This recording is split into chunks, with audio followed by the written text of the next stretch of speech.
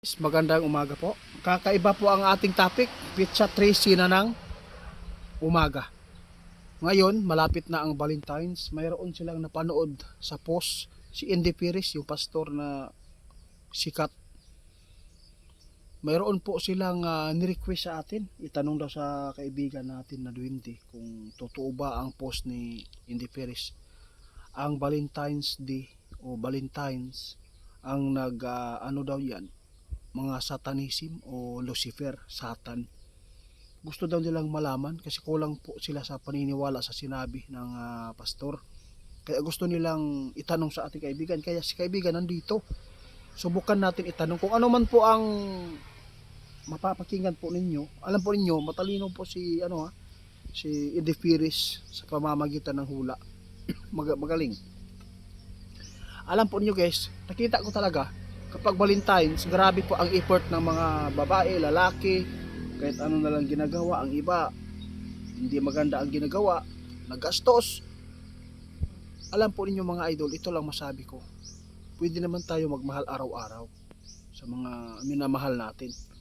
O bakit sa 14, bakit sa ito pang mga okasyon na to? Kaya subukan natin sa kaibigan itanong. Kaibigan, good morning.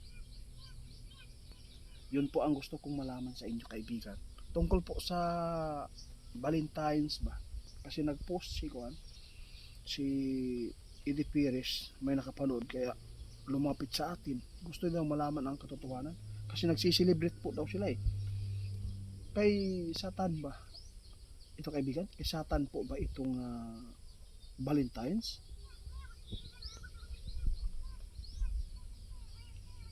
Na,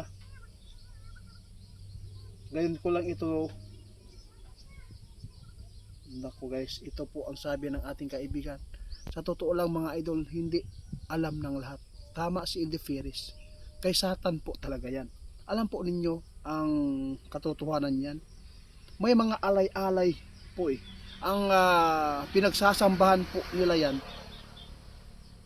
Sus, mga basta hindi ko na lang mababanggit dito mga idol. Masama. Tama si Indy Perez. Sa demonyo po talaga ang Valentine's. Grabe. Mahirap po mga idol nasabihin ko kasi ayaw po natin na makapagbigay tayo ng lalo na yung mga tao ngayon nag-celebrate ng Valentine's. Basta ang sinabi ng ating kaibigan ngayon, tama si Indy Perez mga idol. Kay Satan po yan. Hindi ninyo alam ang mga ritual-ritual niyan. Hindi po yan itinatag yung Valentine's dito sa atin, kundi dito, doon sa ibang bansa po yan nagmula. Kaya sa lahat ng makapanood, kung sino man po ang mag-celebrate sa Valentine's, nasa inyo na lang. Kasi sinabi ng ating kaibigan, hindi maganda. Mahirap po kung sabihin daw ni kaibigan, ayaw po ni kaibigan na mayroon po masagasaan. Di ba kaibigan? Ha?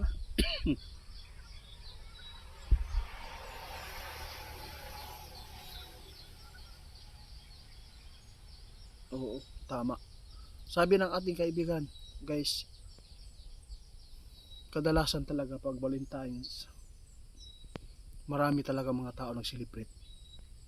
Kahit walang wala, bumibili na lang mamahaling mga regalo sa kanilang minamahal dahil po sa Valentine's na sinelebrate ng tao.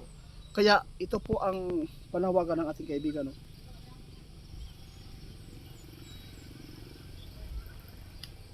Pwede daw natin gawin ang pagmamahal natin araw-araw sa ating mga pamilya.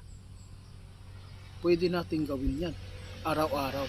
Pero bakit daw nilaan po ng lahat sa 14 o Valentine's? Mapapakinggan po ninyo mga idol ang sinabi ng ating kaibigan. Totoo daw na hindi po sa Diyos ang Valentine's. Anong tawag ito? Inaalalayan nila ba? No? Inaalalayan nila mga yung mga sinasamba ng mga tao nito. Kasi gusto daw nila na maparami agad ang mga ipapanganak pa ito o ano. Ito po ang ibig sabihin ng ating kaibigan. Mga alay-alay po ito mga idol. Kaya sa lahat ng makapanood, kung sino man po ang mag-celebrate ng Valentine's, prangkahan po ang sinabi ni Indy Ferris. At sinabi ng ating kaibigan, tama si Indy Ferris, kay Satan po daw yan. Kaya sino man po ang mag-celebrate ngayon, wala tayong magawa kung ito naman po ang inyong namataan. Okay lang po pag nagbigay tayo, basta wala lang mga alalayan, kung hindi yung kabutihan lang. Kasi kadalasan ngayon mga kabataan, mga idol, iba po ang kanilang sineselebrate pag Valentine's. Yung mga ginagawa nila na hindi po kasal pa. Yun po. Kaya marami talagang nangyayari na hindi maganda sa Valentine's. Kasi nasanayan na nila mag-celebrate. Kung ito ay mapapakinggan ninyo mga idol, iwan ko lang kung magsiselebrate pa ba kayo. Ayaw po natin mapapatiwara, mapapahamak tayo. Sinabi po ng ating kaibigan, ang sinabi ni Indy Ferris ngayon na ang Valentine's Day ay kay Satan. No?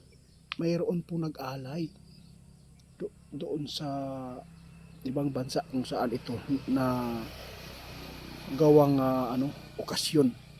Grabe. Kaya pala ngayon ko lang naintindihan mga idol na talagang hindi talaga maganda ang mag-celebrate ng Valentine's dahil po kay Satan daw. Salamat kaibigan.